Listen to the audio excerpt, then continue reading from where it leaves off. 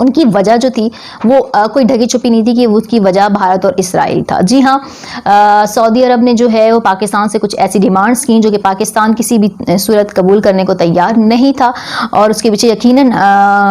اسرائیل تھا. اور اسرائیل کے حوالے سے پاکستان کا ایک دو ٹوک واضح اوتھینٹک موقف جو تھا وہ آج سے نہیں ہمیشہ سے ہے، اور وہ ہمیشہ اس پر پاکستان جو ہے اس اصولی موقف پر قائم رہے گا، چاہے ہمیں اس کی کوئی بھی قیمت ادا کرنی پڑے.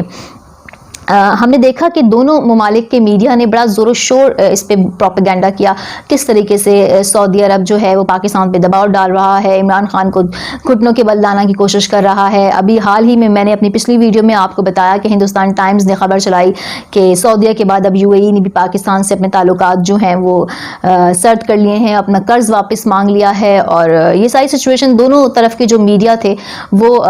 بھرپور اس کو پروپیگنڈا کر رہے تھے، نیریٹ کر رہے تھے. لیکن پاکستان نے بھی اس کا جناب توڑ بہت اچھا نکالا ہے، اور اس توڑ نے سب کے پیٹ میں مروڑ بھی ڈال دیا ہے، کیونکہ یہ توڑ ہے فوجی اور عسکری طاقت کا. اور پاکستان کی فوج اور عسکری طاقت کو کوئی بھی اس وقت دنیا میں انڈرمائن نہیں کر سکتا. اور سعودی حکمران تو ویسے بھی پاکستان کی فوج کی زبان جو ہے وہ زیادہ اچھے سے سمجھتے ہیں بنسبت سول حکمرانوں کے. اسی حساب سے اب عمران خان نے، اسٹیبلشمنٹ نے اور پاک فوج نے سعودی عرب کے لیے یہ تجویز نکالی، یہ سلوشن نکالا ہے.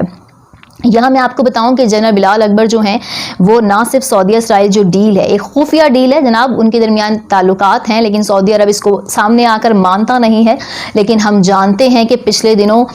نیتن یاہو نے سعودی عرب کا خفیہ دورہ کیا، اور اس خفیہ دورے کو اسرائیل کے میڈیا نے اپنے جو ہے وہ ہم نے اس میں خبریں بھی لگائیں، اور اسرائیل کے جو وزیر خارجہ تھا اس نے ٹویٹس بھی کی، وہ بھی سب کے سامنے تھی.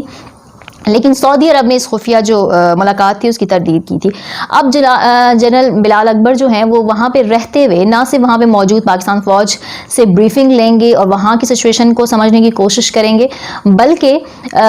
وہ اسرائیل اور سعودی عرب کے درمیان جو ڈیل ہے اس پر بھی نظر رکھیں گے، اور سعودی عرب کی جو پالیسی پاکستان کے حوالے سے اس میں جو شفٹ آئے گا، جو تبدیلی آئے گی، اس کو بھی وہ پاکستانی عسکری اور سول جو قیادت ہے اس کے ساتھ اس کو بریف کرتے رہیں گے، اس کو بتاتے رہیں گے. تاریخی پس منظر اگر ہم دیکھیں تو یہ پہلی دفعہ ہوا ہے کہ پاکستان اور سعودی عرب کے تعلقات اس نہج پہ آ گئے ہیں کہ دونوں طرف سے جو ہے وہ بہت ہی آپ کہہ سکتے ہیں کہ گنی چنی اور کاؤنٹڈ قسم کی جو ہیں وہ اسٹریٹجیز اپنائی جا رہی ہیں.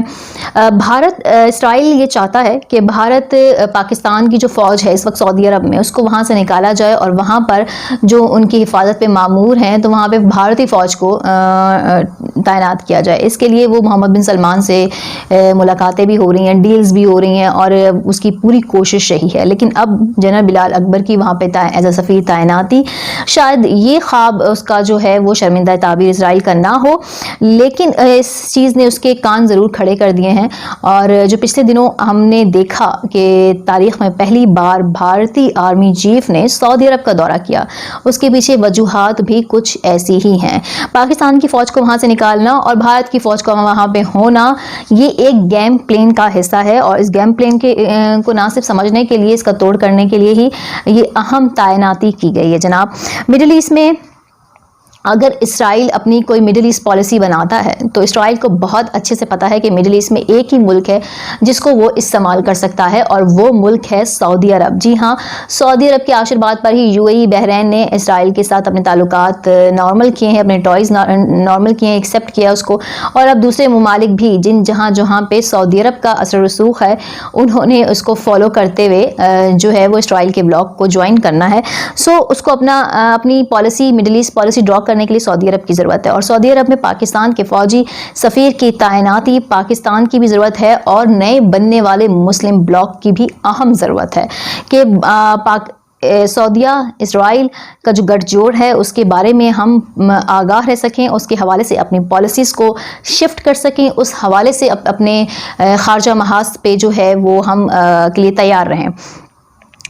اس وقت جو ہے سعودی عرب پوری طرح سے جو ہے وہ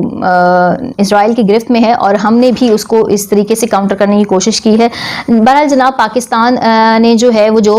قیمت چکانی تھی وہ چکا دی، ہم نے تیل انہوں نے بند کرنا تھا بند کر دیا، قرض واپس مانگنا تھا قرض ہم نے ادا کر دیا، ورکرز نکالنے کی دھمکی، ورکرز کافی نکل چکے ہیں۔ سو اب سعودی عرب کے پاس کوئی پتہ نہیں بچا پاکستان کو اپنے گھٹنوں پر ٹکانے کا، لیکن اب پاکستان نے ان کو اپنے پتے کھیلنے کا وقت آ گیا ہے، جس میں اس نے پہلا پتا کھیل دیا ہے جنرل ریٹائرڈ بلال اکبر کی تعیناتی کی صورت میں۔ میری ویڈیو پر اپنی رائے کا اظہار ضرور کیجیے گا، اور اگر اب تک آپ نے میرا چینل سبسکرائب نہیں کیا تو پلیز اس کو سبسکرائب بھی کر لیجیے گا۔ Thank you very much.